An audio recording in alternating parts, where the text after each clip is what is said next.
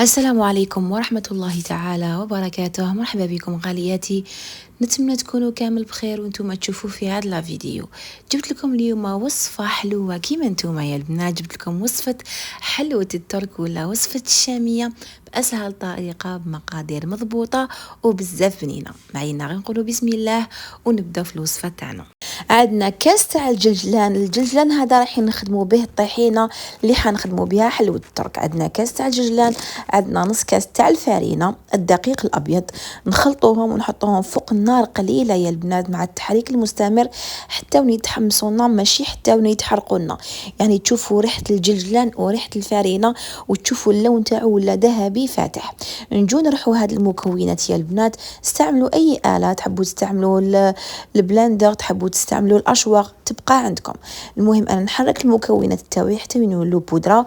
إلا ما عندكمش كامل تقدروا تستعملوا لو بغا ميكسر. في نفس الوقت نجيبوا نص كاس تاع فول سوداني ولا تاع الكاوكاو، نحطه يتحمص على النار قليله حتى يدينا اللون الذهبي، ويعني يدينا شويه هذيك التحميره في المقله يا البنات. نبقى نرحي في المكونات تاوعي كيما راكم تشوفوا بهذه الطريقه. هنا غير يترحاو لي يا البنات نجي نضيف لهم هذاك الكاوكاو. ولا هنا على بالكم باللي هذه الاداه يعني صعيبه شويه كي تكونوا ترحوا فيها، يعني هي ترحي مليح بصح لازم ترحوا غير بشويه. لهنا قلت ندير لها الزيت باش يترحاو لي كامل المكونات مع بعضهم. انا كنت عمرت كاس صغير ربع تاع الزيت، لكن ما ديروش كامل يا البنات، نتوما ديروا نص كاس تاع الزيت وبقاو ضيفوا فيه تدريجيا. اذا شفتوها تحتاج الزيت ضيفوا لها برك بالملعقه باش ما تجيكمش سائله بزاف، يعني تجيكم القوام تاعها متماسك، ماشي ثقيل وماشي سائل يا بنات، يجيكم سهل الاستعمال. لهنا بعد ما كملت كامل وجدت الطحينه تاعي نفرغها باش تشوفوا القوام تاعها. لهنا راهو يبان قدامكم يا البنات القوام تاعها ما شاء الله، والريحه ما نحكي لكمش. هذاك النص كاس تاع الكاوكاو يا البنات زاد لها واحد البنه الطحينه تاعنا من اروع ما يكون. نجو نحضروا لهنايا حلوه الترك تاعنا. عندنا كاس تاع حليب بودره وكاس تاع سكر ناعم، رشه تاع الملح. ولا هنا ضروري انكم تغربلوا المكونات تاعكم حتى ولو كان يكونوا مغربلين باش تجيكم حلوه الترك تاعكم مهويه وتجيكم من اروع ما يكون. هنا بعد ما غربلت كامل المكونات التوعيه البنات نديرو لهنا ملعقه كبيره مملوءه تاع الجليكوز. هذا المكون هو اللي حيخلي البنه تاع حلوه الترك تاعكم تجيكم هايله، ويخلي تجي فيها هذيك التعليكه اللي تجي في حلوه الترك تاعنا يا البنات. شوفوا تجي هايله. حاجه الاولى انه المكونات هذه يعني من با 30,000 يا البنات، وانتم تخرجوا 600 غرام تاع حلوة الترك، يعني كمية ما شاء الله. ديروها لحلوياتكم، ديروها سهراتكم في رمضان ان شاء الله ولا حيانا ربي. هنا بقيت نضيف الطحينة تاعي، بقيت نضيف فيها تدريجيا يا البنات ونخلط بالملعقة. ومن بعد قلت لازم نخلط بيدي، ما كاش كيما تمسوا حاجة بيديكم باش تعرفوا القوام اللي تحبسوا فيه نتوما. لهنا نبقى نضيف الكمية تدريجيا. لهنا للأمانة يا البنات كنت استعملت كامل الكمية تاع الطحينة اللي خدمتها معكم يا البنات، يعني قعدت نضيف غير بالعقل ونشوف القوام اللي حبيتو تحبسوا فيه كيما قلت لكم احبسوا فيه. لهنا نبقى نلم فيها بيدي توجور يا البنات، نلمها ونشوف القوام اللي حبيتو. شوفوا البنات كي ديروا كره هكذايا كي تشوفوها يعني تماسكت ولات يعني تتماسك، وما كي تفتوها تعاود تتفتت تحبوا حبسوا في هذاك القوام. لكم الاختيار، هاوليك القوام اللي قلت لكم عليه. ودوك تشوفوا القوام اللي حبست فيه انايا للامانه فقط يا البنات هذاك النص كاس تاع الكاوكاو ولا الفول السوداني تقدروا تستبدلوه باي نوع تاع المكسرات، اللوز ولا الجوز ولا تخليط بين اللوز والجوز، يعني تبقى عندكم. انا درت لها الكاوكاو كيما على بالكم بلي حلوه الترك يجي فيها زيت السمسم، وهذا زيت السمسم الاصلي يا البنات حتصيبوه شويه ناقص، ما تصيبوش ديسپونيبل. لهنا شفتوا القوام اللي حبست فيه يا البنات. لهنا كانت عندي مكسرات، ضفت كميه تاع لوز وشويه تاع بيستاشيا البنات مرحي. نجيب المول اللي راني حندير فيه انا حلوه الترك تاعي، نتوما ديروا فيه علبه، ديروا فيه تبسي، تبقى عندكم.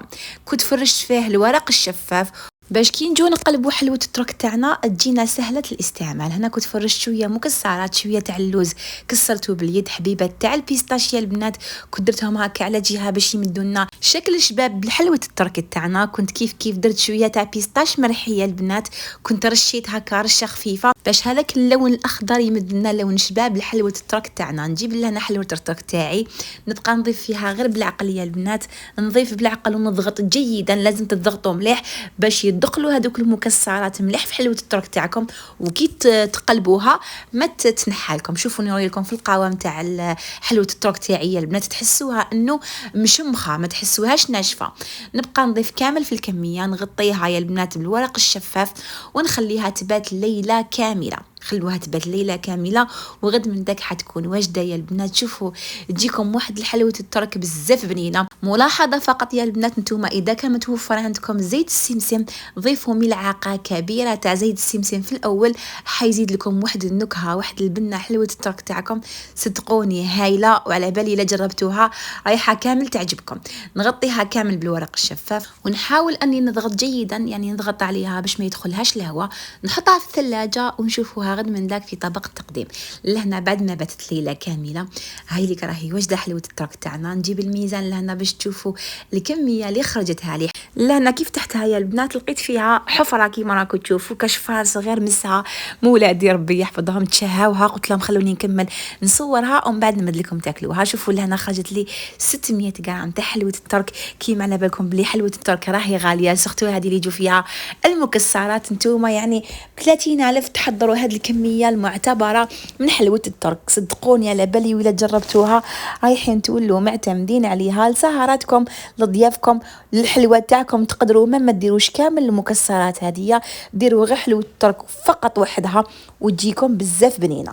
بالنسبه للناس اللي يحبوها معلكه بزياده تقدروا تضيفوا 2 ملاعق كبيره تاع الجليكوز.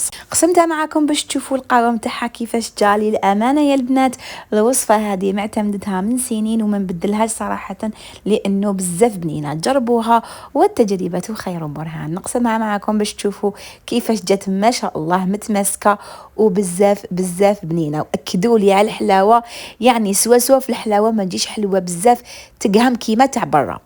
قولكم غالياتي وصلنا نهايه الفيديو. لو كان عجبكم لا فيديو حبيباتي ديروا جام وبارطاجيو هذا لا فيديو باش يطلع ويدي حقه في المشاهده. نقولكم تهلاو في روحتيكم، تلاقوا فيديو اخر ان شاء الله. احبكم في الله وسلام.